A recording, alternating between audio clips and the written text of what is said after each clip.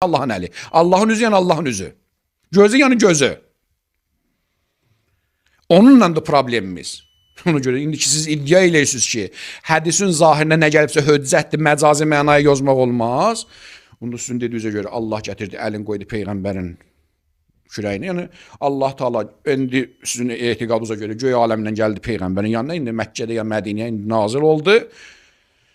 Əlin qoydu, yaxşı, onda Allah emmişdisə, göydə də Allah qalmışdı ya yox. Əgər qalmışdı, onda ikiləşdi. Yox, əgər bir dənə idisə, onda göy Allahsız qaldı. İkisindən birini qəbul eləməlisiniz. Deyir ki, göydə yerdə nə varsa, hamısı mən üçün açıldı.